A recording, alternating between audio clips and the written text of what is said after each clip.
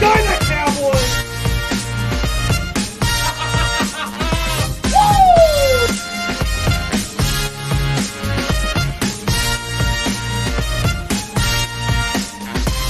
Hey guys, Sean Media just want to do a big shout out to Rugby League Coffee Lounge. All the best this year, 2020. Alright, oh yeah! Fuck!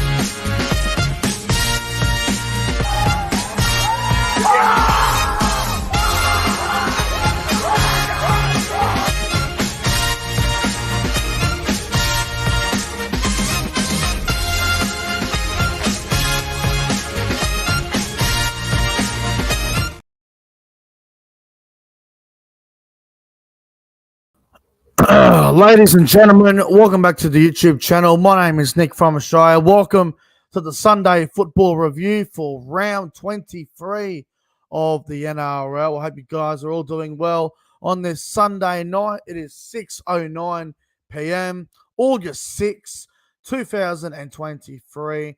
We saw two games of football tonight. We saw the Eels beating the Dragons this afternoon at CommBank Stadium, 26 points to 20.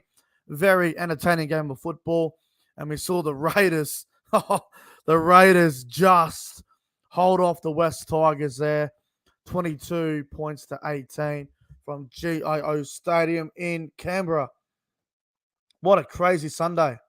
Both games were good. Both were competitive. What a crazy old Sunday we just seen. Hello to the live chat. Hope everyone's doing well. Hello to Viking King, Devils _Psy, Hosea XCI, William Pearson, Jason Reader, and to everyone that is tuning in to the review. Thank you very much for tuning in once again. Hope everyone is doing extremely well. Yeah, what a crazy Sunday, man. Absolutely crazy. But without further ado, let's just get straight into the review. And we're going to go back to the very first game, the 2 o'clock game out at CommBank Stadium in Parramatta. The Eels 26, the Dragons 20. Where do I begin with this one? The Dragons, gee, they must feel like they were a little bit hard done by here. Parramatta were very, very good in that second half, especially the last 15 minutes. But Jesus Christ, the Dragons, very brave, very courageous. Arguably should have won. Sometimes the 50-50 calls just don't go your way. And the one that I'm referring to was the no try to Amone. Obviously, Gufferson stripped the ball out. They said it was a loose carry or something. I just don't understand how that was a try, man. Like, I don't know. I thought that was a really, really harsh call. I thought that should have been a try, and the Dragons would have been up 26-10, and it would have been a completely different game. But anyway, sometimes the 50-50s just don't go in your favour.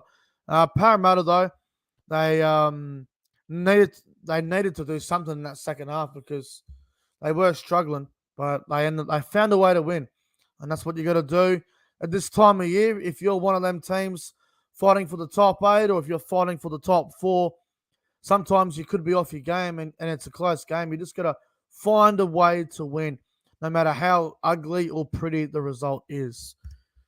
Now, this game started off very fast. That young fella on debut, Arthur Miller-Stephen, got the first try of the game in the corner, which was very good. And then Cartwright got one as well. Parramatta led 10-0. And a bit like everyone else, I was thinking Parramatta are going to go on with this.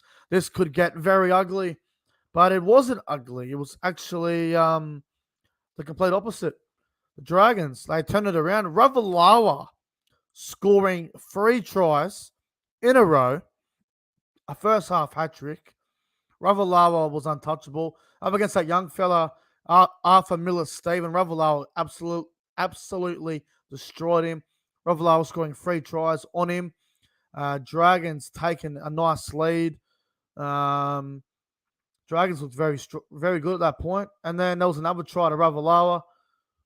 What was the score at halftime? It was Dragons, 16-10 at halftime in favour of Parramatta, in favour of the Dragons.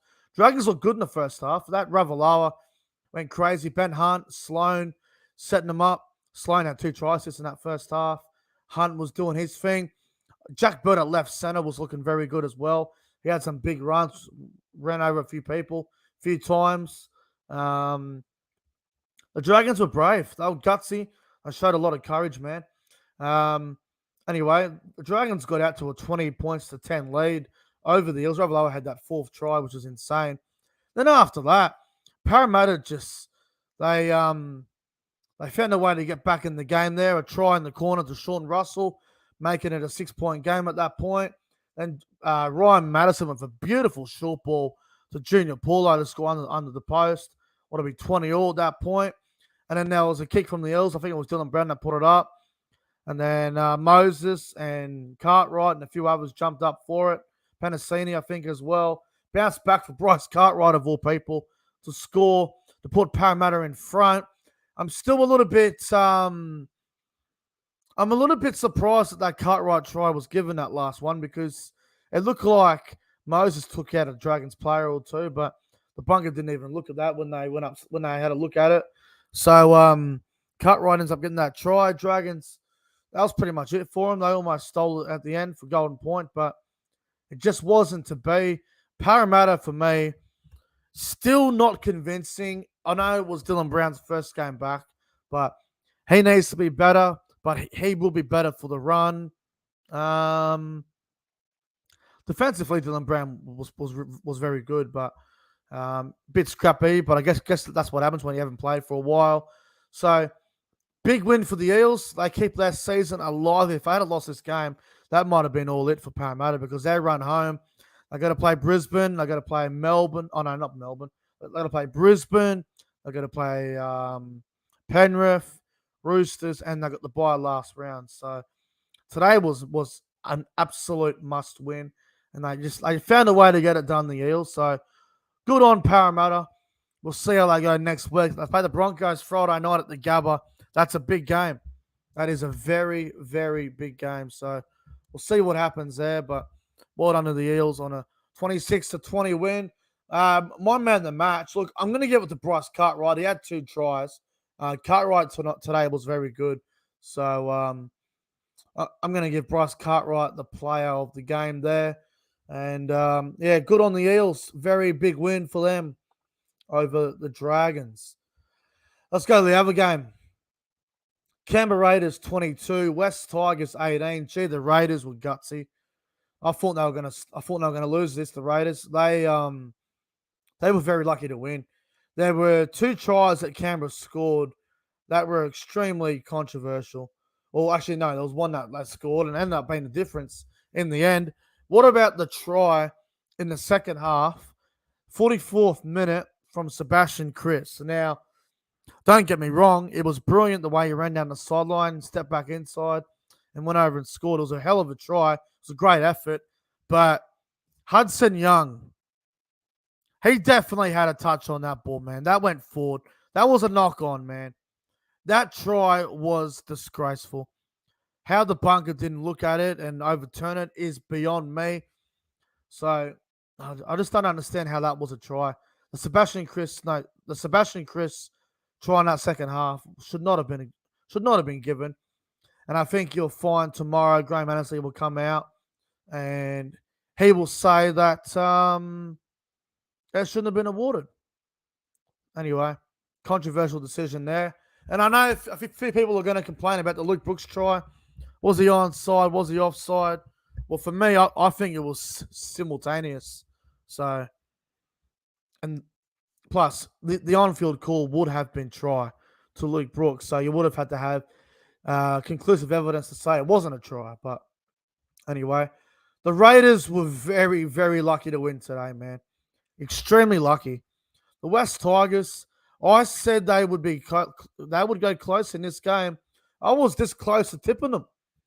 My prediction on Tuesday was Canberra by 4. And they ended up winning by 4. Thought the Tigers were going to win at the end. What about last play of the game? A kick cross field to Nofaluma. I thought Nofaluma knocked the ball on, and then Jack White gets gets them high, and they get another shot at it, the Tigers. They kick cross field, taps it back, start throwing it around again, and then Canberra end up with the football. But my God, what a wild game between the Raiders and the Tigers. Now, I'm pretty sure I've said this publicly. The Canberra Raiders, they are the biggest pretenders in the top 8, man. They are the frauds of the 8. And if my beloved Cowboys get in there, the team I want to verse the most is the Raiders. I think any team that makes the 8 would want to play Canberra week 1, even in Canberra. Canberra are not a great team. They're not a team that I believe can compete for the premiership. They're no threat to the Panthers, the Broncos, the Warriors. They're no threat to any of them. They play Melbourne next week. Now, I know Canberra have the wood over the Melbourne Storm, but that's going to be interesting next week. Canberra and Cronulla, they're the 2 frauds of the 8, and I've been saying that about the Sharks. So it's going to be very interesting to see what happens here with the Raiders. But look, for me, they're no threat to the premiership. They're no threat at all. That both teams, look, I think Canberra are locked in the finals now. What are they on now? They're on 30 points. They're 12-8. They should make it from here, the Raiders. But I think they're going out the first week of the finals. I'll tell you what, if the Canberra Raiders make the top 4, then I'll be proven wrong. But we'll see. West Tigers were pretty unlucky today. They had a couple of calls go against them. Obviously, the Sebastian Kris try was unlucky. There was a couple of other calls that didn't go their way. But hey, sometimes the bounce of the ball just doesn't go your way. It's going to be very interesting to hear what Tim Sheen says in the press conference, and Ricky Stewart as well. What did I think of Jordan Rapiner at fullback? I thought he was very good. He defended very well at fullback. I thought he was very, very good. It's clear as day that Sebastian Kris at center is definitely the best option. Kris also got injured as well. Hamstring problem. So that's a bit of a loss for the Raiders. Croker was out as well because of injury. So it's going to be interesting who Canberra do go at center for next week. Kotrick went for a HIA with about 8 to go. So Canberra might be getting a bit low on outside backs, but they got Melbourne next week in Melbourne, which is a huge game. Big game for both teams, really. And top 4 on the line. It's going to be interesting to see how that game does pan out. But look, I thought the Raiders' defense is what got them home here this afternoon. Their goal line defense was very good, and that's the reason why they won the game. I mean, you think about it, the Luke Brooks and Nofaluma try were off kicks, and the Charlie Staines one was off an intercept, basically, from Nofaluma. Then he threw it to Brooks, and he gave it to Staines. So the Tigers, all the West Tigers tries today were fairly lucky, an intercept and 2 off kicks. But when you're bottom of the ladder, you'll take any try that you can get. But Canberra's goal line defense, for me, was the difference, and that's the reason why they won against the Tigers tonight. My player of the game, look, I think you're going to give it to Sebastian Kris. He had a great game in the centers. I thought he was phenomenal. I thought Jordan Rapiner had a very good game. I thought Hudson Young was dangerous. I thought Tomoko, when he gets the ball, Tomoko is such a weapon. I think Matthew Tomoko is a top 5 center in the NRL this season. He's been outstanding. A very important win for Canberra. It's going to be very interesting to see how they go next week against Melbourne. But I'm giving Sebastian Kris the player of the game. But anyway, guys, that's going to wrap up the Sunday football review / highlights. I hope you guys enjoyed the review. If you did, don't forget to like the stream, subscribe to the channel, and thank you very much for tuning in once again. Guys, I'm going to get on out of here. Enjoy the rest of your Sunday night, and I'll see you guys in the next one, which will be the team of the week / recap of the round of footy with Nathan B and more. But anyway, guys, enjoy the rest of your night, and see you guys in the next one. Full time, Eels 26, Dragons 20, Raiders 22, and the Tigers 18. Have a good night, everyone. See you guys in the next one.